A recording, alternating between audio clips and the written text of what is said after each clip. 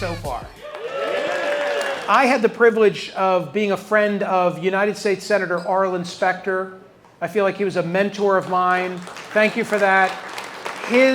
One of his sons is one of my closest friends to this day. I had dinner with him last night with a group of other individuals. He introduced my wife and I. In 1986, I ran the Philadelphia portion of his re-election campaign. So we were friendly and we had a professional relationship.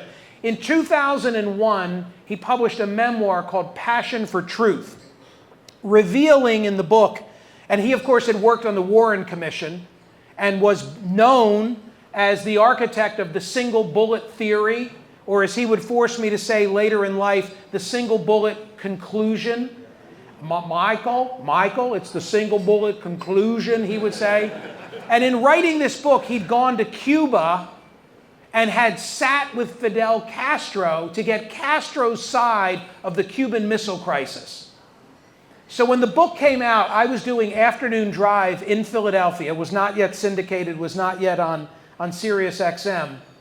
And I remember saying to him during a commercial break in promoting the book, I said, Cuba is bucket list for me. If you ever go back, take me with you.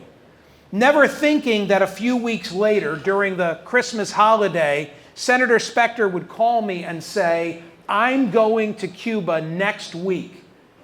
And you can come as a journalist if you can get credentialed and pay your own way. I don't know if I'll get to see Castro, but it's a possibility.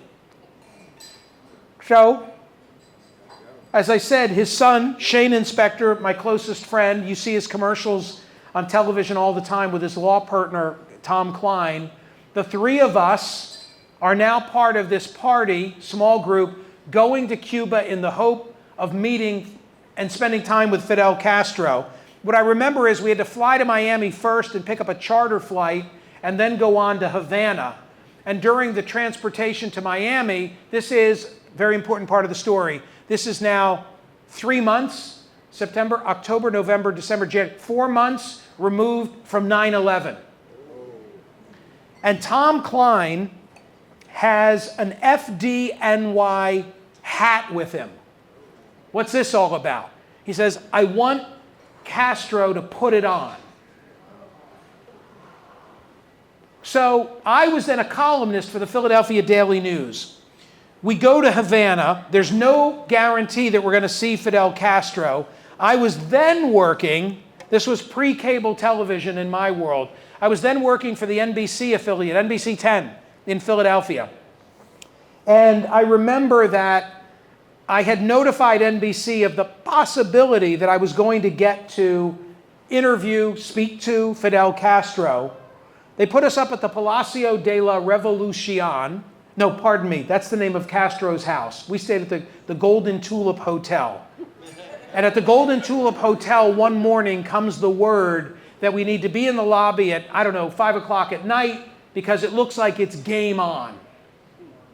And a van pulls up to take us to Fidel Castro's both office and his home.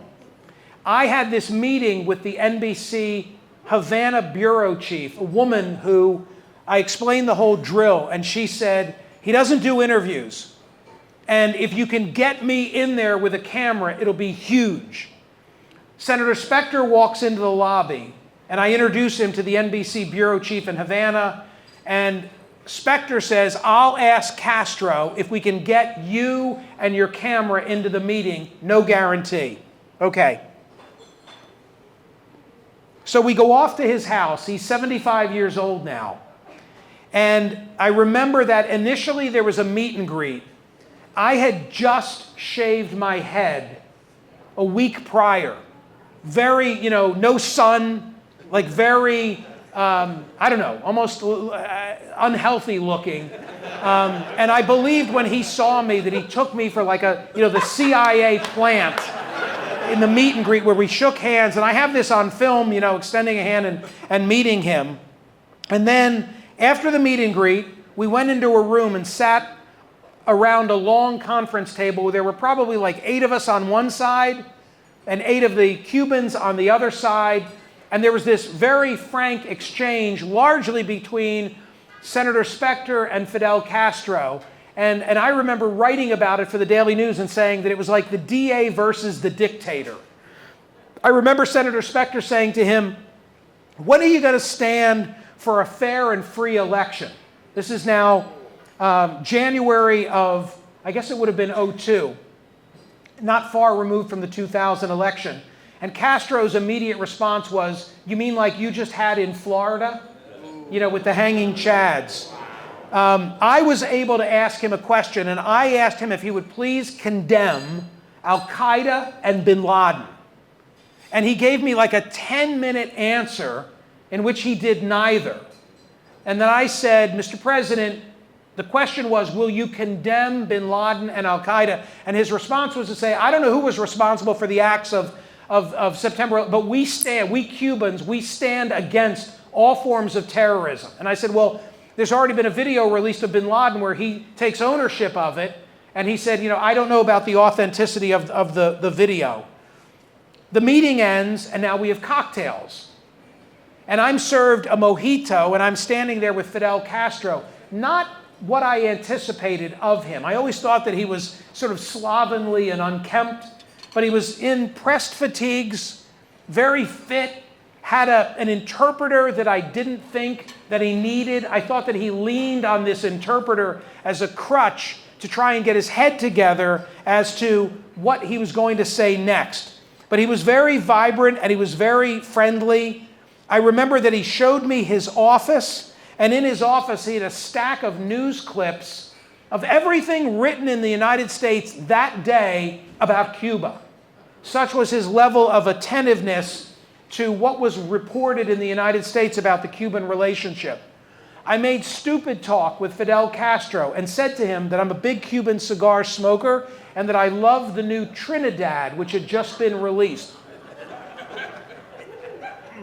He told me that he no longer smokes cigars and that in a pledge to the World Health Organization, he'd given up all forms of tobacco.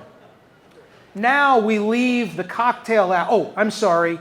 During the cocktail hour, Tom Klein brings the FDNY hat and asks Castro to wear it. And he didn't, initially. And then Tom said, you have to understand, if you would wear this hat, it would be a sign of solidarity with the victims of 9/11, particularly firefighters and cops in New York. And now Castro puts on the hat. And we didn't have smartphones, but somehow we took a picture. And I ended up using that picture in the Philadelphia Daily News, and for weeks got hate mail from people who said, you've humanized Castro and we don't want his support. But my favorite part of the night is that one of the stories I haven't told tonight is that I worked for Frank Rizzo when he was a former mayor of Philadelphia, and he was trying to come back and be mayor again. And Frank Rizzo was like Trump before Trump. So many things that he said that became controversial.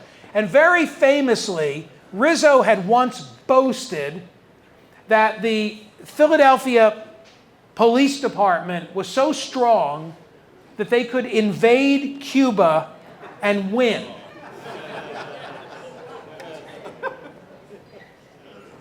So I say to Castro at dinner, Mr. President, and people were upset that I called him Mr. President, but what was I supposed to call him in his house, I said, we once had a very colorful mayor of Philadelphia. I tell him the story, Frank Rizzo, and he said that his police department could invade your country and win. And I'm just curious, and I want to report to the people of Philadelphia, did you ever hear that? Thought about it for a moment, and he said, I never heard it before, but I can tell you it would definitely be false. And I reported on that in the Philadelphia Inquirer. We arrived at 7. We left at 1:20 a.m. 1:20 a.m.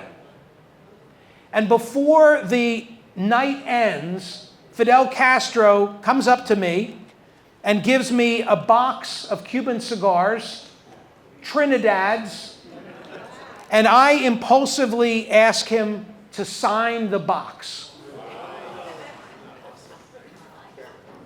I get home, I tell my wife about the trip, And she says, you know, that's remarkable. Let me see the box. Show it to her. And she said, this is great. Wow, okay, yeah, it is great. Why do you think it's great? She said, well, you know, the kids' school auction.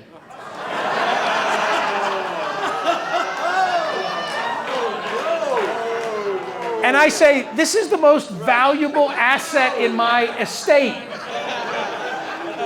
So I have the box, and someday the kids will fight over it, I imagine.